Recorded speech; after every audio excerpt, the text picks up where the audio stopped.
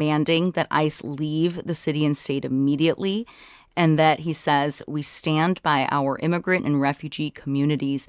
Know that you have our full support. It does go on, Clay, to talk about, peaceful demonstrations and that really being the goal. Yeah, and it's of note here, too. I mean, it seems pretty basic, but you're seeing a very stark contrast already between what Federal Homeland Security and ICE is reporting and what we are hearing from local elected officials here in the city of Minneapolis or over in the city of Minneapolis.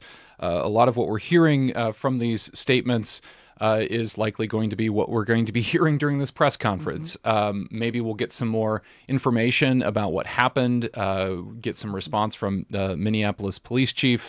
Again, we are continuing over the month of December and into January, hearing Minneapolis, the police chief, Brian O'Hara. I was at a press conference in mid-December where he was talking about how it impedes their work that they do at the police department when they have this increased ICE presence in the city. So we've been seeing this conflict playing out over the last month and a half or so, and obviously ratcheting up here.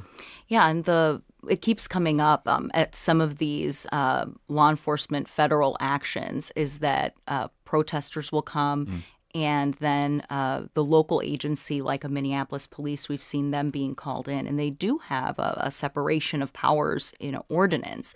And MPD and Chief O'Hara will say, we don't assist in actions that are like removals and related to immigration. They don't enforce immigration policy. They repeatedly say that. Then, though, when the protests happen, they'll send officers out to do essentially crowd control. And that's created some hairy situations where residents, some city officials have said, well, that is sort of like working with ICE. So that's something that has been coming up at these types of gatherings as well. We saw Hennepin County Sheriff's Office quick to put a statement out saying, hey, we weren't there. So that has been a theme, Clay. Yeah, and that statement that you were reading from the city also talked about the importance of peaceful demonstrations. Yes. I mean, they say if you decide to protest or demonstrate, remember to keep it peaceful and lawful. It is crucial to ensure everyone's safety while giving communities a voice. And certainly in these times of chaos, it can be hard. The escalation can come rapid, but they're saying that protesters do have that right to peacefully demonstrate by standing on sidewalks, carrying signs, chanting, and utilizing public spaces. So the call for peaceful protest. Yeah, I want to bring in our John Collins, who's also been doing some wonderful reporting on the ground with us. John, are you there? Yeah, I'm here. Thank you so much, John. Clay and I have been talking about sort of the separation of powers, between law enforcement and federal agencies. We know that you've been doing a lot of reporting with observers who aren't just like protesters, right? Will you talk a little bit about this role of observers that you've seen and how that has been getting hairy for them as well? Yeah, the observers say they're essentially doing what city government and state government can't or won't, which they say their goal is to keep their neighbors safe and keep them from falling into the hands of immigration authorities. And so what they do is they track ICE agents, and it's pretty coordinated all over the Twin Cities and other parts of Minnesota right now. Track ICE agents as they go about their tasks, looking for people or trying to grab people on the street. And then they have faced quite a bit of pushback from ICE authorities. Even right as this first started, at the start of December, we had observers who were stopped by ICE and they said harassed. And then we've seen ICE observers who are trying to watch ICE. They said they were doing illegally and not impeding, who have been arrested, multiple ones. And now, of course, this is even more focus on what the role of ICE is in these communities and what the role of actually the MPD. A lot of people out here are calling and asking, why are Minneapolis police not protecting their citizens here? So there are a lot of questions about the jurisdiction and exactly what role state and city authorities should be playing as ICE mobilizes here, seemingly without very much accountability. Yeah, and we're hearing from folks in the room that it's going to be a couple more minutes before this news conference that we're waiting for with Chief Brian O'Hara of Minneapolis and Minneapolis Mayor Jacob Frey, and I'm sure other officials will join them. But to your point, John, this statement from the mayor goes through, what protesters are and are not allowed to do because these observers undergo trainings, right? And local community groups will do trainings with them to make sure that they're there to track what's going on and have that level of transparency because they don't feel they're getting it from the federal government. So they're going and they're training people to go peacefully observe and legally. And then there have been situations where people have claimed that they were doing that. But like you said, they're still either, detained or hurt in some way in interacting with ICE. And some protesters do show up to agitate, right, and to physically block the work that's going on. So all of those people with those different approaches and tactics in one place, we've just seen it can lead to a really dangerous situation. Where exactly are you and what are you seeing, John? And apologies if I have to cut you off at some point if this starts. That's okay. So I'm on near Portland and 34th where the shooting took place. I've just spent the morning, I got here shortly after the shooting happened, talking to witnesses about what they saw, talking to, local officials about their impression of this. And right now, a lot of the local officials are, ICE is gone from the scene. It's Minneapolis Police and the Hennepin County Sheriff's Department who are maintaining the scene integrity. The chief told me that's what their role is and that the jurisdiction falls with the FBI here, which a lot of local officials are concerned about because ICE and Homeland Security are also federal officials, and they question whether the feds can do a comprehensive and fair job of investigating this incident if they're in charge of it. They're pushing for the BCA, the Minnesota Bureau of Criminal Apprehension, to take over instead. So that's going to be something that we can expect to see some pressure on over the next hours and days as we learn more about what exactly happened in this incident. And, we mentioned some of this, they're putting into place, officials are, kind of some of the plans, and the State Emergency Operations Center has been activated, they call it, some multi-agency team that happens during major incidents. People will remember that this was also mobilized after George Floyd's murder. You certainly remember that time, John. What are you hearing about protests or reaction to what has happened today? Obviously, there's a lot more that we are waiting to hear, but we know there's a big protest planned for, say, Saturday. There have been protests here and there, but a lot of the work has been observing on the scene. So what are you seeing in terms of reaction, if anything? So a lot of people here, especially as people who were drawn to the scene, and ICE left, they were urging people, hey, ICE and Border Patrol are all over the Twin Cities right now. You'll be better used as an observer if you go observe those situations, because they're using the fact that all the people are here to go out and do the actions that they want to do. That's a lot of what people are talking about. Exactly how can they say protest peacefully? There was circumstances where, as chaotic scene unfolded, ICE started to leave the scene, but it's so many vehicles parked everywhere, and some protesters decided to nonviolently block one of the trucks in, and ICE of course pushed people out of the way, but also used pepper spray in people's faces. They drove off and then shot off, I think it was 4 rounds of tear gas that enveloped about a block and a half here. That sort of behavior, I think, is what the local authorities are talking about when they say ICE escalates the situation. Because when people get tear gassed, it doesn't make them cowed or happy. It makes them angry.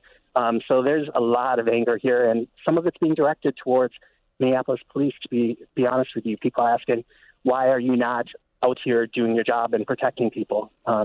So there's going to be a lot for the city and authorities to deal with. And I think there will be some trust for them to try and build with the community after this incident. Well, and to your point, John, did Minneapolis recently strengthen their ordinance? And I am keeping an eye here. An interpreter just walked up to the stage, so people might be coming soon. But Minneapolis City Council has been actually trying to strengthen that, what can and can't MPD do when responding to scenes, right? Yeah, and it is the question that you talked about before. What jurisdiction do cities really have when the feds come in? Typically, the feds would take precedence. But, cities all over the country have kind of changed their policies. Chicago, for instance, I think, to try and, make sure that they're not enabling what they see as these unlawful immigration enforcement actions, which I should point out to Bovino, who's the head of the Border Patrol, was on scene shortly after the shooting. Greg Bovino. He's notorious. Greg Bovino, exactly. He was notorious in Chicago for showing up at incidents, and sometimes the incidents would turn violent, with them using pepper spray or projectiles on folks. But he was here on the scene, standing in front of dozens and dozens of federal agents shortly after the shooting, which we know Kristi Noem, DHS secretary, is also or was in town at least yesterday. So this is kind of an effort by the administration and these federal authorities, I think, to have a show of force here. And I don't, of course, know whether this is what they expected, but many people on the ground here say it was a matter of time until someone died with the way that federal authorities were acting. And John, you know that area well, right? This is near George Floyd Square, this Powderhorn area. The neighborhood's been through a lot in recent years, right?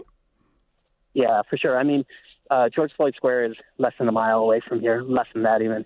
And so, I mean, this is a neighborhood that you have to remember it's been through a lot, but a lot of the activists here also went through George Floyd stuff. Yeah, there are a lot of faces that I remember from covering the protests and, frankly, being out there providing the coverage as they were tear gassed or faced other things. So, these are folks who are actually very experienced in protesting to some degree. And, I heard someone say earlier that don't come to the city of Minneapolis and do this because, they know how to handle that. So I guess we'll see. But right now it looks like many of the protesters who were here, and I hesitate to call them protesters, many of the people who were here who are concerned about what happened have gone off to try and observe ICE in other places around the cities where they're hearing that ICE is taking enforcement actions.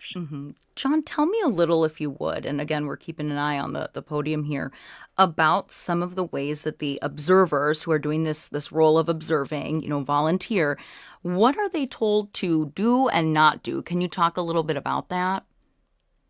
Yeah, the main thing they're trying not to do is impede law enforcement, which is a crime, right? And that's something they can be arrested for. So they are told to keep their distance.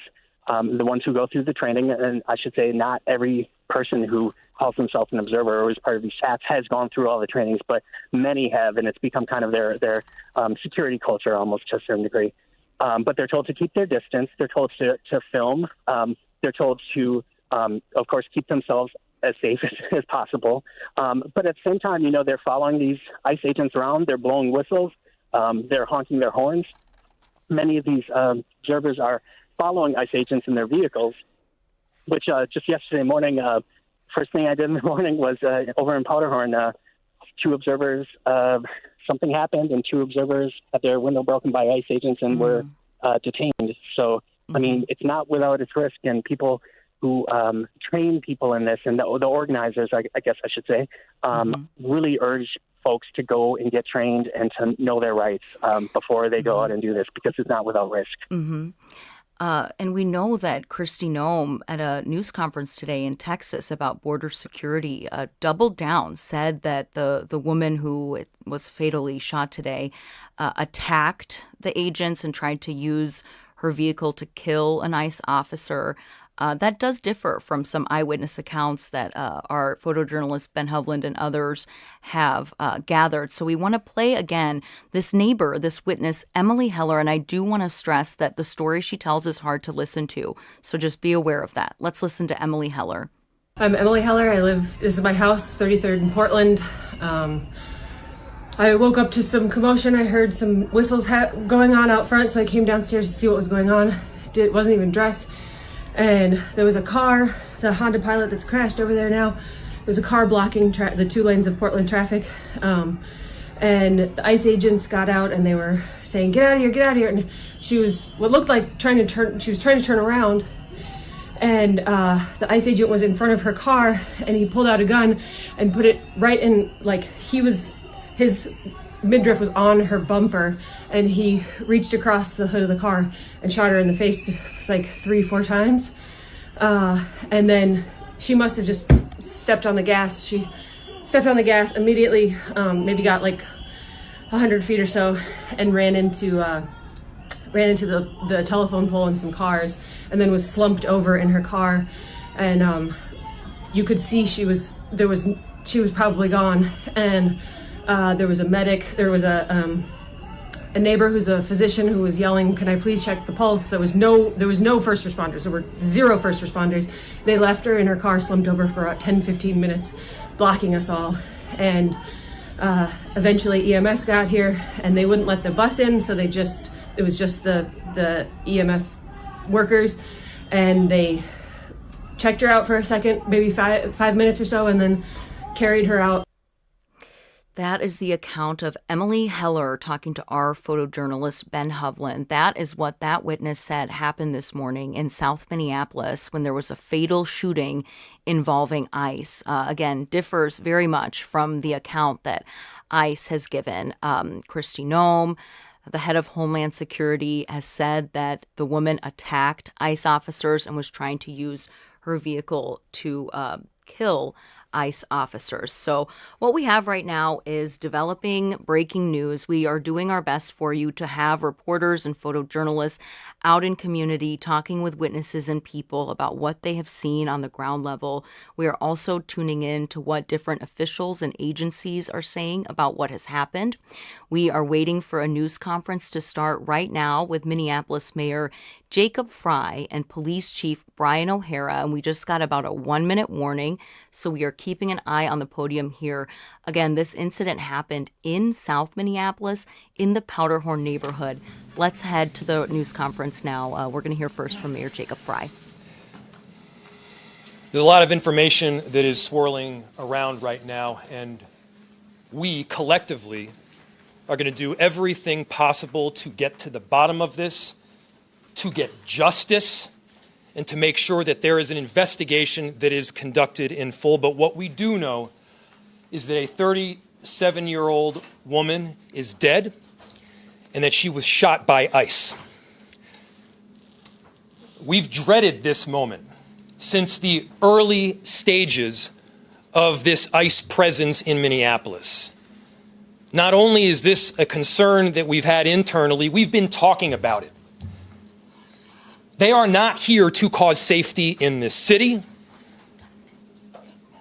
What they are doing is not to provide safety in America. What they are doing is causing chaos and distrust. They're ripping families apart.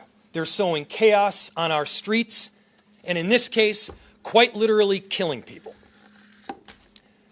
So they are already trying to spin this as an action of self-defense. Having seen the video of myself, I want to tell everybody directly, that is bullshit. This was an agent recklessly using power that resulted in somebody dying, getting killed. As soon as it happened and we learned of the incident, we had several priorities. The first, of course, was to get the victim to the hospital and to get care as soon as possible. To the family, I'm so deeply sorry. There's nothing that I can say right now that's going to make you or your relatives or the friends of the victim feel any better. There were, I believe, 2 Minneapolis police officers that responded and were in the ambulance on the way to the hospital. The second was to get ICE off of the scene. There were dozens, if not hundreds, of ICE and federal officers that were there at the time. Having them there was only causing more chaos. Having them there was only making a difficult situation even more problematic, and one that, yes, they created themselves.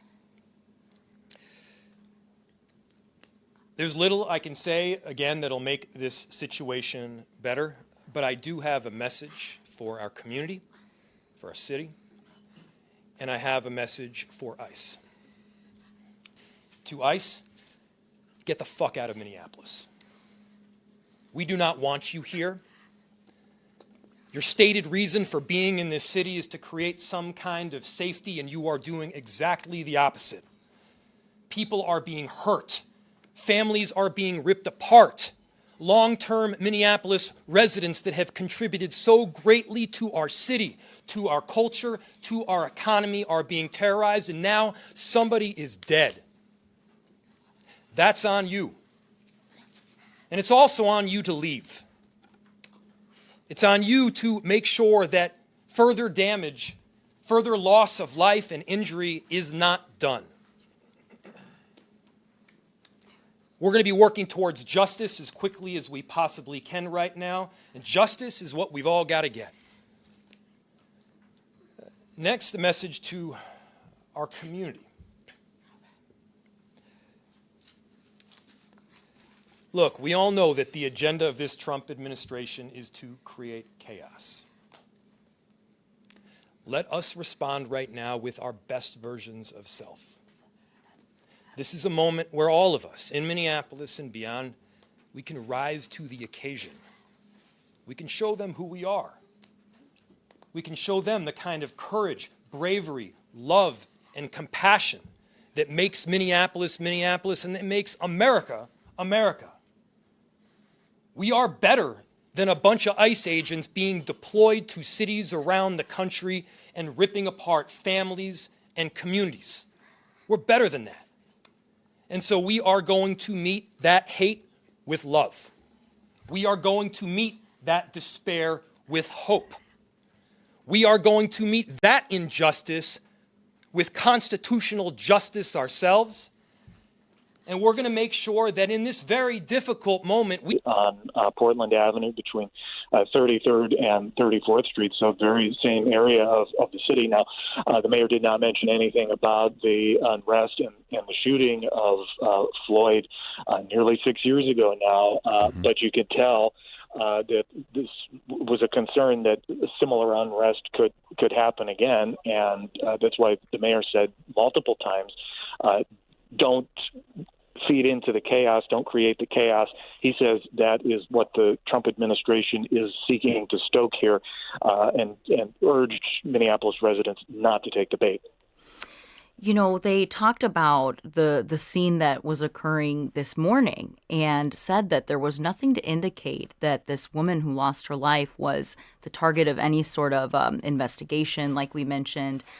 They didn't say if she was there in a formal observer type of capacity, but can you talk a little bit, Matt, about the role of observers? Because this has been causing problems when then other protesters show up and maybe are not following laws, and then things tend to escalate. And, you know, hearing from our city leaders, they're saying that the job of law enforcement is to create conditions, at all costs, that they would not have to use this type of lethal force. What was your thoughts on that?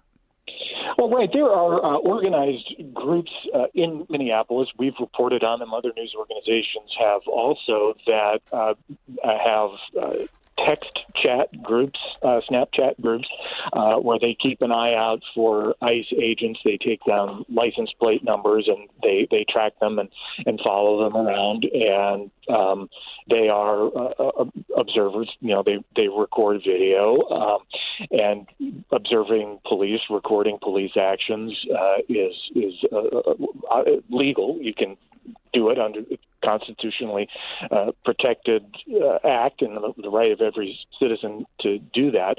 But there, obviously, as we saw today, have been incidents where ICE and some of these observers, if indeed this woman was among the observers, get into conflict. She apparently was blocking the street with her vehicle and was shot as she drove off. ICE is claiming that she aimed her vehicle, tried to use it as a weapon to hit the ICE agents who were on foot. But as we heard at this news conference today, Mayor Jacob Frey called that narrative BS. He said the words, won't repeat on the radio, and said that this woman was just driving away. There was nothing that she was doing to target or to stoke violence or to attack these agents in the street. You could see that the mayor and the police chief, right, were trying to show the emotion of the moment, but also, trying to really calm people. They mentioned different elected officials, city council members showed up to the scene after, ones who were not there already, to try to kind of make sure that people keep things calm and peaceful. So, Matt Sepik, I want to thank you for your reporting. We're obviously going to continue to see throughout this evening and the rest of the week what happens after all of this and what will unfold. We'll try to get some more questions answered around sort of the legal system and the issues that come after this. And we might check back in with you, Matt. So thanks so much. Please do. There's a lot we still have to learn. All right. That's reporter Matt Sepik there for us. If you're just joining us, this is live special coverage on NPR News. I'm Nina Moyni, joined in the studio by Clay Masters. Thanks for being here, Clay. Yeah. We are following this morning the story of what we are told by Minneapolis city officials was a 37-year-old woman who was shot and killed this morning in South Minneapolis by federal agents. ICE has said and alleged that the woman was trying to use her vehicle to attack ICE agents.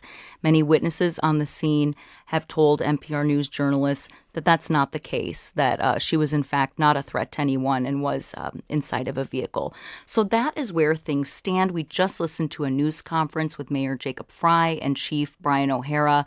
And now we want to turn to get some more context in just a moment about what Kristi Noem is saying about all this. Like I said, ICE has said that this was something that was dangerous for their agents, and that is something that Kristi Noem has doubled down on as Secretary of Homeland Security. Let's take a listen to her comments today.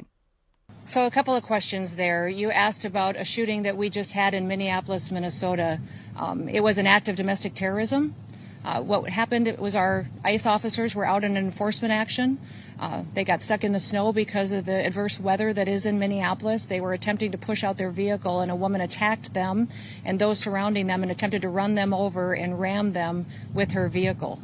An officer of ours acted quickly and defensively shot to protect himself and the people around him. And my understanding is that she was hit and is deceased. We're continuing to gather more information, but this goes to show the assaults that our ICE officers and our law enforcement are under every single day. These vehicle rammings are domestic acts of terrorism. We're working with the Department of Justice to prosecute them as such. We will continue to protect our ICE officers and in cooperation with other law enforcement agencies as well. You've seen me in the last couple of days deploy over 2,000 more officers to the Minneapolis area. And in the last 2 days, we've arrested hundreds and hundreds of dangerous criminals, not just fraudsters who stole from the American people billions of dollars and put it in their pockets and enriched their friends from overseas and themselves, but also individuals who committed acts of murder and rape and trafficking and drug exploitation and child exploitation. So we're going to continue to do our work. And I want to remind everybody that the act like we saw today of using a vehicle to try to kill an officer and his colleagues and the other people around him is something that every politician, every elected official, everyone in this country should be able to rally around and say that it is wrong. And that sanctuary cities and sanctuary states that protect individuals who do that should no longer be allowed. That those individuals that are in leadership positions in these sanctuary jurisdictions need to work with us to make sure that every single person that's out there enforcing the law can be safe, but also so that all of our citizens can continue to be safe too. Domestic acts of terrorism like this will not stand, and I'm grateful that we have the leadership in Washington, D.C. that recognizes it, and will make sure that it's working to keep every single community safe, regardless of who's in charge in that city. President Trump gets up every day and will work to keep people safe, whether they're in a red state or a blue state or in a city that has a Republican mayor or a mayor that has a Democrat mayor. He's going to fight for every single American to make sure they live in a safe community and can raise their kids without fear. Yes. That is Homeland Security Secretary Kristi Noem responding to some reporter questions earlier today in Texas. That question was obviously about what we're following here at NPR News, the woman who was shot in her car at the scene of where there was heavy ICE presence. We also just heard from the mayor of Minneapolis during a live press conference there, saying everything that Secretary Noem is saying is BS. And it's worth noting just the conflict that we already have been seeing in the state and in the city of Minneapolis over the last month and a half. That is really ratcheting up now following the death of this woman. Clay, and to your point, Kristi Noem being in Minnesota this week with some Just other yesterday. top officials from the federal government. As we've reported, U.S. Customs and Border Patrol Chief Gregory Bovino was at the scene at this reported shooting, or this now confirmed shooting in Minneapolis this morning that involved federal agents. So we have a really unique perspective now we're fortunate to have. We're going to turn to an investigative reporter who has dug into Bovino's career and talked with people he actually grew up with. Dan Mialopoulos is an investigations reporter at WBEZ, a public radio station in Chicago, where there's been a lot of action as well. Thanks for being with us so much, Dan. Thank you for having me. I know that you obviously cannot tell us more about this shooting in Minneapolis. There are a lot of questions that remain, but we know that you've seen Customs and Border Protection at work in the last year in Chicago. And I understand you went to California, where Bovino was involved in immigration enforcement there. Now he's in Minnesota and was at the scene like we reported. What do you know about the legality of the situation? Is it legal for Border Patrol to be in Minneapolis? Is it close enough to the border? There are various theories about that, but certainly Greg Bovino, as a commander at large of the Border Patrol, feels that they are within their rights to hop into military transport planes, government transport planes, and bop around the country. They were limited to the border primarily for the first 101 years, really, of the existence of the Border Patrol. And Greg Bovino himself was stationed where I visited a month ago in California, in a place called El Centro, between California and the Mexican state of Baja California. But in the last few months, we have seen him in Charlotte, in New Orleans. I guess this is his first time that I know of in Minneapolis. But Chicago has been a place where he's been for weeks, if not months, over the second half of the year. And really, from what we've seen here, and I saw him in action in immigration enforcement raids that I was covering just a couple weeks ago in and around Chicago, he doesn't seem to be the man to calm a situation down. If anything, he could ratchet up the tensions there in Minneapolis, because he's very brash, very proud of what he's doing, and some have called him the Liberace or the Napoleon of the Border Patrol. I think a lot of people are looking around Minneapolis right now and they're wondering about, to your point, what has this been looking like in Chicago and Los Angeles in times before this? We all see news coverage of other cities, but it's really hard to know, right, unless you're there. What have you seen, and what is it? What do you think about some of the scrutiny about excessive force that Bovino has faced? Yeah, what I would say is that there is no surprise here when you have a situation with federal agents, be they Border Patrol or be they ICE, as was the case today in Minneapolis, where there's a gap that emerges almost immediately between the official version that you're getting from DHS, from the Homeland Security Secretary, from their spokespeople, from high-ranking people like Bovino, and then you have what starts to emerge from the locals, basically. And whether it's the mayor, like we just heard on your station, or it's people that are taking videos in and around Chicago, we've seen a dramatic gap in a number of incidences, to the point where when protesters are charged, a lot of these cases are falling apart against the protesters. And so they'll say that they were acting in self-defense. They'll say that they were attacked by the protesters or by the targets of their enforcement action. And yeah, that's something that was going on along the border, by the way, a long time ago. They just came out with a new HBO documentary called Critical Incident about a 2010 incident, fatal incident on the southern border. I think that's worth watching on HBO, a guy named Anastasio Hernandez Rojas. Again, there was a situation where they said that they were acting in self-defense, that he was fighting them, that he was thrashing around. And lo and behold, video comes out that contradicts that version. So this is not something that is new. It's just new to us in the interior of the country. Yeah. Hey, Dan, Clay Masters here, one of the hosts at NPR News. I'm just interested, as you've been doing this research into Bovino, what kind of takeaways, like when you think about him, like what are the bullet points that you have about just the way he operates and things that we should be considering as we're covering this here? Well, there's a very simplistic worldview, which is the border exists to keep out bad things and bad people. And a lot of those things, when they're not caught at the border by the wall or by Border Patrol agents, go into the interior. And I think that Greg Bovino has been itching for a long time to chase those that got away from him at the border. He's been with the Border Patrol for nearly 30 years. And so I think that when you want to cover something like the Border Patrol, you have to ask yourself the same questions you did when you covered the Minneapolis police or the Chicago Police Department, which is, who are these agents? Who are these officers? Do they have a history of excessive force?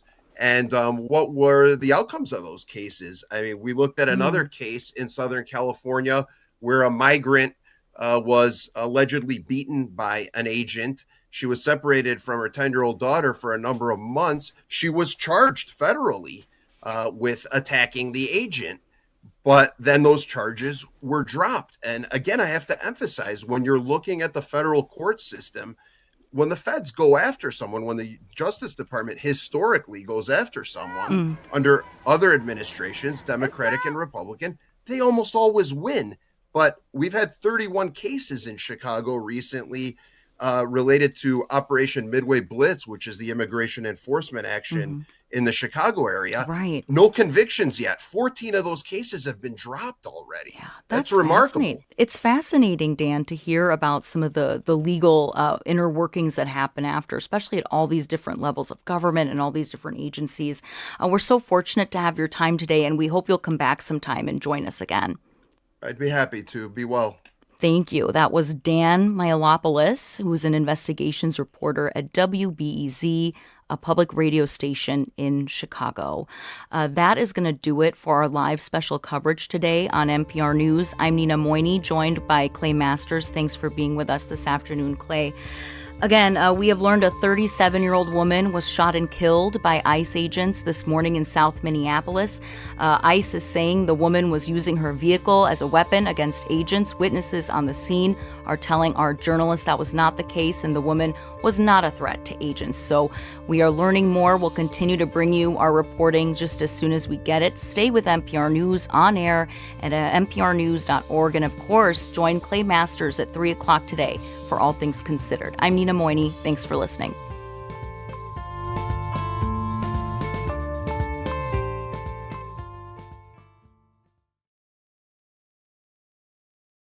Programming for NPR News is supported by the University of Minnesota, conducting research today which will shape healthcare in Minnesota tomorrow. Search Minnesota's healthcare leader. You're invited to the Current's 21st anniversary celebration on January 23rd at First Avenue. Tickets are on sale now to see Bridget Calls Me Baby, Joseph, and local indie pop songwriter Colin Bracewell. Tickets and info at thecurrent.org/anniversary. Support for On Point comes